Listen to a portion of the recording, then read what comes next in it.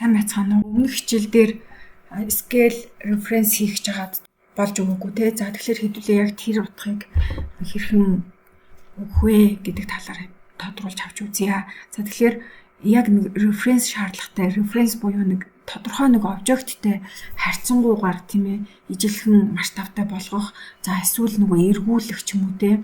Одоо зэрэгцүүлэх бас юм шаардлагууд гарч ирээд идэг. За энийг бас нөгөө дэлгэрүүлж авч үзье гэдээ үлдээсэн.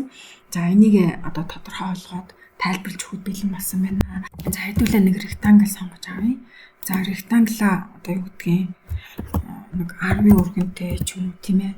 За ингээд 15-ын өндөртэй нэг юм rectangle сонгоод авчил та. За энэ дээр за эхлээд нөгөө нэг reference scale энэ дээр хэдүүлээ туршиж үзье. За scale дээр хажууд нэг харьцуулах одоо нэг том rectangle болгоод энийг хувиргачих. За тухайн обжектоо сонголоо. За нэг энд нэг хаач base point те бааз цэг авчи. За энийгээ тэгээд нөгөө харьцуулж үзэх гэдэг учраас copy чи. За copy доод хэдүүлээ одоо за хэд гэдэг 1.5 дахин том болно ч гэдэг юм ингээд аваад үзчих те. За энийгээ тэгээд хажуу тал руу хэдүүлээ move хийгээд ингээд авчи. За нэг энд тавьчих л да. За ер нь бол нэг ийм нэг харьцуулах гад өгөгдсөн өмнө нь бэжсэн нэг обжекттэй те.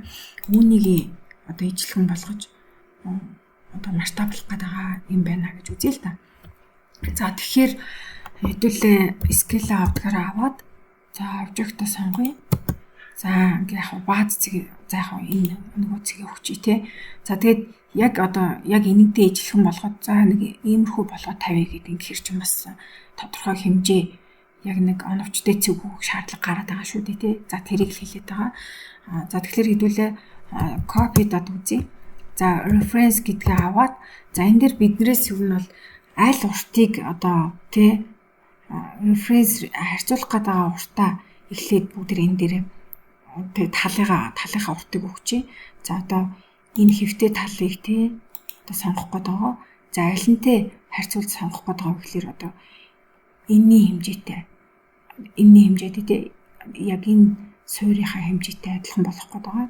За тэгэхээр тодорхой уртын хэмжээг энэ дээр одоо point гэж бичээд хэдүүлээ ингээд эхний цэг, сүүлийн цэг гэж заагаад өгч болно. Эсвэл одоо энэ тэ тодорхой уртын хэдүүлээ ингээд мэдж байгаа тохиолдолд оруулаад өгч болно. Одоо энэ чинь жишээлхэд 1.5 дахин томорцсон гэдэг чинь хэдүүлээ одоо шууд 15 гэдэг ингээд бичээд өгч болно. За тэгэхээр энэ болж байна те. За эсвэл хэдүүлээ дахиад одоо авч үзье. Scale дээр object-ыг сонгоод за base point авлаа. За copy дээ тийм ээ. За reference гэдэг уртаа харьцуулах гэдэг учраас R гэж өгөөд за тэгээд энэ дээр мэдээж энэ уртыг те энэ уртыг за тодорхой point авч хагаад яг ийм урт руу шилжүүлъя гэдэг ингээд заагаад өгчих юм байна. За тэгэхээр иймэрхүү байдлаар одоо хэлүүлээ масштаблж болохоор юм шүү. За тэгэхээр бас одоо энийг жижигхэн болгож бас үзье. За энэ дээр олон хэлбэртэй авч үзье. Өмнө нь хэдүүлээ бас туршиж үзэж чадаагүй учраас за энэ дээр за энийгээ бүгдээр хажууд тийшээ бас жижигхэн масштабтай болгоод scale дээр үзье те. За base point авлаа. За copy-длоо. За бүгдээр одоо юу гэдгийг багасгаад аваад үзтээ. Нэгийг харьцах нь одоо юу гэдгийг. За 10 дахин багасгалаа. За ийм жижигхэн болчлоо тий. За энийгээ бүгдээрээ move хийгээд за хажууд тийшээ тавьчих. За 10 дахин багасгацсан. За хажууд нь бас масштаблах жижигрүүлэх томруулахаа бас ингээд туршиж үзье байгаа гэж ойлгоё тий. За одоо хэдүүлээ энэ дээр одоо энэ өмнө нь өгөгдсөн байгаа rectangle тий. Энтэй адилхан жижигхэн болгож одоо харж үзье. За тэгэхээр scale аваад object-ыг сонгоё тий. За одоо base point нь альч байсан болно. За энийг ч юм уу сонгочих. Сонгоод за copy доод за R гэдгээ сонгоод за бүгдээ одоо энэ өндрийг тий энэ өндрийг одоо тийм жижигхэн болгож байгаа үзэлт энэ өндрийг тий. За одоо тэгээд аль одоо хэдүүл ингээл ойролцоогоор нэг иймэрхүү хөдөл болгоно даа гэдэг ихэрч одоо гуйгаад байгаа учраас тийм ээ заавал одоо тэр цэгээ сонгож өгөх шаардлагатай. Эсвэл энэ уртын хэмжээгээ одоо тодорхой мэдчихвэл тий бичээд өгөх хэрэгтэй юм байна. За тэгэхээр хэдүүлээ P гэж аваад за эндээс энэ хүртэлх цайгаар гэд ингээд авахаар тухайн одоо хэмжээтэй жижигхэн болж байгаа бид нар харж байна тийм ээ. За яг энэнтэй ижилхэн одоо хэдүүлээ rotate яаж хийх вэ гэдэг талаар авч үзье. За одоо өөрөөр хэлбэл энийг нэг эргүүлчихдээ rotate хийлээ. За мэдээж бааз цэгийг аваад за өнцгөн тодорхой тохиолдол хэдүүлээ. За яг нэг энийг тодорхой нэг өнцгөр налуулчих л да. За 30 градусыг налуутай болгочлоо тий. За тэгэхээр одоо энэ нэг жижигхэн одоо ректангла тий энэнтэй ижилхэн хэмжээтэй эргүүлэлт хийх чинь гэж бодъё. За тэр тохиолдолд бас яах вэ гэж тий.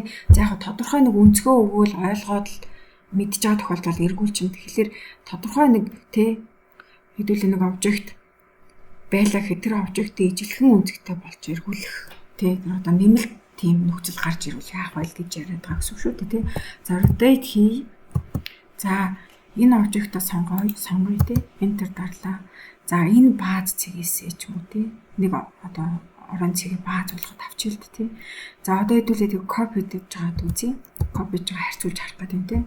За ямар обжектыг ижилхэн болгож эргүүлэх гэдэг юм аа гэж штэ. Хэдүүлээ reference гэдгээ сонгоод за яг одоо аль өнцгийг тий одоо reference хийх гэдэг аа гэдэг тэрийг сонгож өгөөд за мөн адилхан point авч агаад за эндээс энэ хүртэл эргүүлье гэдэг ингээд сонгож өгч байгаа байхгүй юу. Иймэрхүү байдлаар тий эргүүлэх боломж байгаа юм байна. Бид нэр тэгээд өнцгөө мэдж бол одоо шууд л эргүүлж шүү дээ. За тэгэхээр ийм reference маань өөрөө яг тодорхой нөхцөлтэй тий яг нэг ийм обжекттай харьцангуй гэдэг байдлаар эргүүлж байгаа гэдгийг ойлгож болно.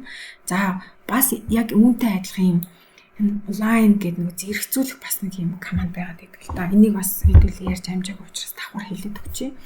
За тэгэхээр энэн дээр нөгөө нэг line хийхэд тулд AL гэдэг дууд чинь хэдүүлээ. За тэгэхээр эхлээд нөгөө зэрэгцүүлэх гэдэг обжект ингээд сонгоод өгчин. За тэгээд эхний source гэж юм те. За энэ одоо обжектыг те одоо яг энэ обжекттэй энэ боломжтой те.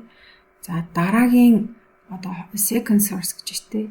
Энэ одоо оройг энэ оройтой одоо ингээд зэрэгцүүлэх чаа гэж үзье л та тий.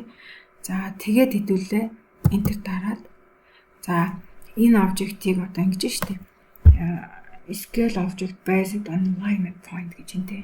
Ер нь бол яг энэ одоо хэмжээгээ энэтэй адилхан одоо масштаблах юм уу гэж асууад байгаа байхгүй. За хэдүүлээ яг үгүй гэд үзье тий. Үгүй ээ.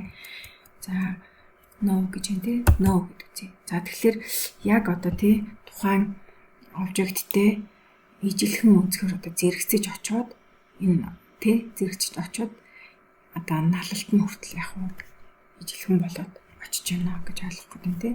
За одоо үйлдэлийг control Z хийж байгаа буцаагаад хэдүүлээ scale-ийг ижилхэн болгоод авчиж үзье тийм ээ. За жишээ нь хэдүүлээ line гээд энэ обжектыг сонголоо. Enter тий. За full source гэхээр яг энэ болонг тий одоо энэ болонтой зэрэгцүүлнэ гэж үзээд за тэгээд хэдүүлээ энэ талаас нь үзье энэ болонг яг энэ болонтой зэрэгцүүлнэ гэдэг аваад үзье л энэ болонтой зэрэгцүүлнэ. За тэгээд одоо ингээ үргэлжлүүлээ enter даръя. Одоо хэдүүлээ yes гэдэг тийм ингээ дарчлаа. Өөрөөр хэлбэл энэнтэй одоо яг масштаб нь тэнцүү болоод ингээ зэрэгцээд очиж байгаа гэсэн үг байхгүй тий. За ийм одоо 3 төрлийн reference байгаад байгаа одоо ажиглагддаг. Тэгэхээр ер нь бол нөгөө нэг обжектыг нөгөө обжекттай харьцангуйгаар эргүүлэх зөв масштаблах тохиолдол тийм ээ. Одоо иймэрхүү байдлаар хэдүүлээ ашиглаж болох юм байна шүү. За тэгэхэд ер нь бол ингээд үлдсэн командуудыг ингээд цуврал маягаар тийм ээ ингээд жижиг одоо жишээ аваад тайлбарлаад өгчвөл бас та бүхэнд командуудаа мартсан тохиолдолд ашиглаад явхад хялбар байх болов уу гэд үргэлжлүүлээд тайлбарлаад байна.